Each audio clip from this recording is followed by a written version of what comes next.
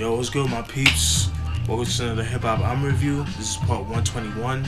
The album that we'll be reviewing today is DJ Quik's second album, Way Too Funky, released in 1992. You guys should know who DJ Quik is. For those who don't know, check out my album review that I did of his first album, Quik Is The Name, that came out in 91. Definitely check that out. Dope album. Right after DJ Quik's first album that came out in 91, between 91 and 92, he was a busy man. A lot of things was going on for DJ Quik. Because by that time, right after the album, there was it went gold after that. But then he started working on, Second to None's first album, the self-titled album, Hip Hop Group that's under DJ Quik. He produced their whole album on that album.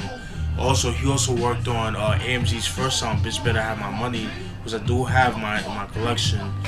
And at the same time, he was actually working on Penthouse Players Click first album, Paid the Cause, that came out in 92, which is out of print. It goes for a lot of money online. It's pretty rare. I'm trying to get my hands on it, but so he was working on that. So right after all of that, and also in 1991, Tim Dog had came out with his first album, Penicillin on Wax, and on that album, he had the song Fuck Compton. Everybody knows about that song, and that caused a lot of controversy because he was dissing MC8 and he was dissing DJ Quik. So, but then you already know how that ended up. You know what I mean? But I have my collection. I have to do a review on that. I did a review on his Do or Die album back in 1993, a couple of years ago, but I gotta do a review on Penicillin on Wax. But anyways, with all that going on, he finally released his second album, DJ Quik's Way Too Funky, released in 1992. Alright, so you see a very young DJ Quik. I think by this time he was like about 21, 22. Whatever. You see a different look of him. He has the perm, because in the first album he was all about the the Jerry curls and all that shit. That's what that album looks like. Pretty dope. See with the all blooded out. You know what I mean? Black and red. All black. Open up. You see see DJ Quik just chilling, posing. You know what I mean? That's what the album looks like. The same thing as the back of the cover. You know what I mean? Open it up. Shit. See the credits and all that. So the shout outs and all that stuff. Production's all done by DJ Quik, so there's no need to get into the the production. Features in the album. The features they're not credited on this. Let me check. Give me 1 second.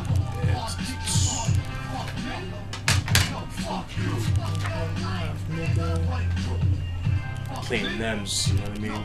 Pretty dope. Playing Ham of Penthouse Players Click. He's on this joint right here. AMG, who I just mentioned. High C of Second to None. I believe he's on Second to None, or he was like his own person. But yeah, Play Ham, AMG, and High C, and Second to None on this album. I think that's it for the features. Yeah, AMG, High C, Second to None, and JFN, and Sexy Leroy and the Chocolate Love Lights, featuring Darain Johnson. Those are the features on the album. Alright, you guys know how I get down. I'm gonna go through some of the songs. Alright, track 1, America's Most Complete Artist. Self-explanatory, just saying like how it's just a braggadocious track, like how he's the best, he's the most versatile artist. Ain't nobody touching him. It's just saying I'm back. You know what I mean? Nobody's fucking with him, pretty much. Pretty cool. Track 2, More Pussy. Pretty dope song. It's a very dope song. I like it, for obvious reasons, obviously. But to me, it was like kind of like the sequel of Sweet Black Pussy that was featured on the first album. I actually like this version better. I like this song better than Sweet Black Pussy. Like, the beat has a nice better beat. I mean, it's obvious, you know, he's just sort of about getting pussy and all that shit like that. You know what I mean? But he's just saying like how he has to be careful. He can't just fuck any girl. You know, you gotta protect yourself. You know, practice safe sex. You know what I mean? That's what I got from that joint right there. Track 3, Way Too Funky. That's a pretty dope song. I believe that's the first single of the album, if I'm not mistaken. No, that's actually the second single. It's like the last single of the album. But Way Too Funky, it's pretty much a diss tracks towards Tim Dog and MC8. He definitely like on, I believe on the first verse he goes at Tim Dog because of the Just Like Compton. So you know, just saying how his whole the old school style that he raps like, you know, from the 80s is old school. Like, you know, nobody's really doing that shit. You know what I mean? That's how he goes after Tim Dog. And the second verse he goes at MC8, but you don't really hear it too much. But like he mentions, it's funny how cats think I have a death wish on these streets. You know what I mean? Because you know, Compton's Most Wanted, or MC8 to be exact, is known for his Death Wish series that I talked about on the Straight Checking Them album that I did maybe a couple weeks ago. But anyways,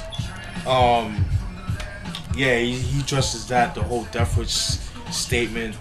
And this third verse, he talks about Tim Dog again. So he kind of go at Tim Dog. You know what I'm saying? How I think there was a line where he said like, you know, he came to Compton and like some one of his mans approached Tim Dog, and like, you know, Tim Dog was like, yo, I apologize. I'm just doing it for the money. It's just a publicity stunt. You know what I mean? So, you know, so his man's pretty much spared his life. So kind of went personal with it. You know what I mean? So that was kind of crazy. You know what I'm saying? But and he made a video about it, so which is kind of ballsy. So that was track 3, Way Too Funky. Like I said, that was the second and last single of the album. Track 4, Just Like Compton, pretty dope song. That's actually the first single of the album. Love that song. That song right there, I love the beat for it too. It's a very funky California. It has like the real California West Coast feel to it. Like when you listen to it, you feel like you're in Cali, you know what I mean? But anyways, it's pretty much sort of about him and his boys going on tour, you know, promoting this album and stuff like that, or promoting his first album, rather, I should say. And you know, he talks about he goes to different cities like San Antonio, Denver, Kansas, and you know, places like that, and he just sees how crazy it is in those cities. Like, you know, like how they're just as bad as Compton. You know what I mean? You just gotta like watch your back. Just like the stories of like tours. Like, you know, you're gonna have cats that hecklers. You know, have cats like trying to play you, trying to test you and stuff like that. And but what I got from that is like, you know, DJ Quik he realizes that there's a bigger world than Compton. You know, the world's a bigger place. You know what I mean? So. He realizes that when he goes to different cities of the country, you know what I mean? So that's what I got from that joint right there. Pretty dope track, pretty dope video too. Track 5, Quik's Groove 2, For You to Rip To. It's just an instrumental track, you know what I mean? So it's okay, it's alright. Track 6, Me Wanna Rip Your Girl. Again, just like with the Bum Bud off his first album, Quik Is The Name. Here we go with the fake Jamaican accent, which does not work for him. I would have took it off the song, but instead of talking about weed with Bum Bud, he's talking about fucking the girl. But I don't know. I could have done without that song. Not because of the subject matter, but it's just like the whole fake Jamaican shit just bothers me. That shit bothers me a lot. You know what I mean? So I would have took that song off the album. Track 7, When You're a G, pretty dope song. That song is featured Play Ham of Penthouse Players Click. Pretty dope song. They definitely do their thing on that joint right there. It's just talking about the dangers of being, or if you're a G, just know. Let me change the song.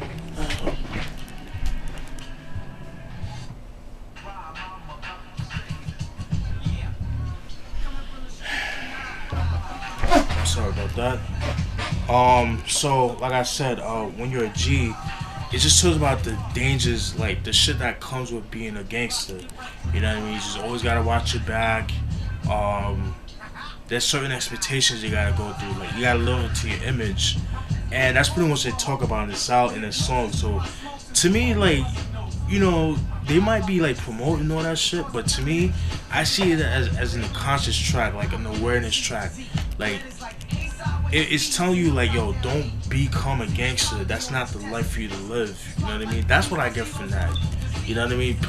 Some people might not see it that way. I see it that way. I don't know. Maybe it's just me, but it's an awareness track. Like, don't get into this life, because yeah, you can look the fast life and all that, but it's just not. It's not cracked up to be, because you're always gonna have some hating ass niggas. You know, you're gonna have some bitch that, you know, once you don't fuck with her, she'll tell one of the homies to stir up some beef. Like, it's like, oh, he raped me, and then dude, you know, gets revenge. You know, all types of shit. You know what I mean? So that's the shit I got from that joint right there. Track 8, No Bullshit. Fucking love that track. That's a song featuring KK of Second to None. That's a pretty dope track. They both go in, you know, just saying like, you don't fuck with me. I'm not the dude to fuck with. You know what I mean? Just don't test me. And they go in. The beat is dope. It's kind of dark in a sense, but they definitely go in on that track too. Track 9, Only for the Money. It's pretty cool because it kind of gives you a perspective of certain people that would do certain things for money. Like, I think the first verse he tells, DJ Quik goes, he talks about his, what he would do in the money. He would do anything to get money. But in the second verse, plays a role of a prostitute, like how, and there's a dude that's playing it, but you know, playing as a girl, but not in that home. You would have to listen to the track, but it's in the second part. I forget who's rapping. I think it's either KK or the other dude on Second to None. But on that song, you know, he is talking about, you know, him being a prostitute, and you know, like he'll do he'll play along to, you know, get you horny or whatever. But as soon as you get the money, you know, you'll run away, you know, shit like that. You would have to listen to the track to see what I'm talking about. But pretty much like, you know, him being a prostitute, but playing the John, you know what I mean? And which a lot of prostitutes do, which I could imagine. Not that I would know, because I don't, that ain't my shit. But anyways, that's what I got from that joint. Anything you'll do for the money. So that's what I got from that joint. Track 10, Let Me Rip Tonight. Another song I would have done without. Fucking horrendous song. You know, it's just about these, like, it's featuring let me see the name of the group. I just mentioned them. Sexy Leroy and the Chocolate Love Lights featuring Doreen Johnson. Horrible song, man. I mean, like, in the beginning of the song, like, you hear like it's like kind of like an R&B type of track. You know, DJ Quik, he's introducing, like, you know, like all the hoods from LA and stuff, like Compton, Inglewood, and all that stuff. But these dudes that I just mentioned are the ones, they just singing the songs, but they're so horrible. Like, they sound like you know, like those black R&B radio hosts, like Michael Basin, not Michael Basin, but like that style of voice.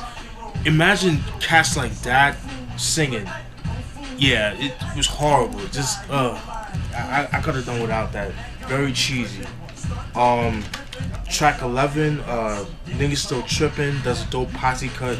That's featuring Second to None, AMG, High C, and JFN. Pretty dope track. They all do their thing. Pretty sick. It's pretty much talking about like what they would do with a girl and shit like that. That's what I got from that joint right there. Because if you listen to AMG's Bitch Better Have My Money, all the shit that he's talking about is fucking bitches and all that shit. That's pretty much the whole album. Pretty much, I would have to do a review on that album. But that's what they talk about. You know, what they would do, like what each person would do with a girl when they're by themselves and shit like that. And track 12, the last word, it's pretty much a shout out, and he's not rapping, but he's just talking, just giving shout outs. But also he took shots at MC8 and Tim Dog on this joint right there. And that's pretty much some of this review right here. Overall, very dope album. You know, to me, a big improvement, both production-wise and lyric-wise, because I feel like he stepped his pen game up. Like, he's a lot more ferocious. He's a lot more aggressive on this album, in my opinion. What I like about this album too is that, you know, the beats. I love the production on this album. The production on this album, you know, I feel like it got, like I said, a big improvement. You know, he, you know, uses a lot more live instrumentation on this album compared to the first album, which is not a bad thing, you know. And me, I'm the type of person, I love samples to the day I die. Cause I sample, I make beats. You guys should know that. But you know, with this album, like, you just hear how clean the production is, which I forgot to mention on the first album about the production, like how back in 1990, like back in the early 90s, especially with West Coast hip hop, you know, you can tell like these cats was like, you know, using like the SP 1200 and like, you know, whatever 12-bit sample was out at the time. But with DJ Quik, he was always the opposite. While the cats was trying to get that dirt gritty sound, he was like the more clean, processed sound, and you can hear it. Like his sound, it was a lot more bigger, more spacious, and stuff like that. It gave you more room to give the production more room to breathe, if that makes sense. And that's what I forgot to mention on the first review that I did of DJ Quik. But yeah, overall, man, very dope. Like I said, a very big improvement compared to the first album. Like I said, the first album was dope, but you can tell he just started, you know what I mean? But he definitely did his thing on his first album. But on this album, like I said, a better improvement in my opinion. Definitely one of his albums, like I said, another slept on album that unfortunately never got, you know, it's just due, you know, because 92, like I said, you know, Ice Cube came out with the Predator album, you know, Dr. J came out with the Chronic album, you know, stuff like that. So, you know, and that's what it was, man. But yeah, and that's pretty much it, folks. Hope you guys enjoyed that review. Stay tuned for more videos, and that's pretty much it. Oh, this album might be a little hard to find, but it shouldn't be. You shouldn't spend too much money on this album. If you pick it, if you see this in stores, pick it up. Definitely worth your money. All right, that's it. Hope you guys enjoyed that review. Peace.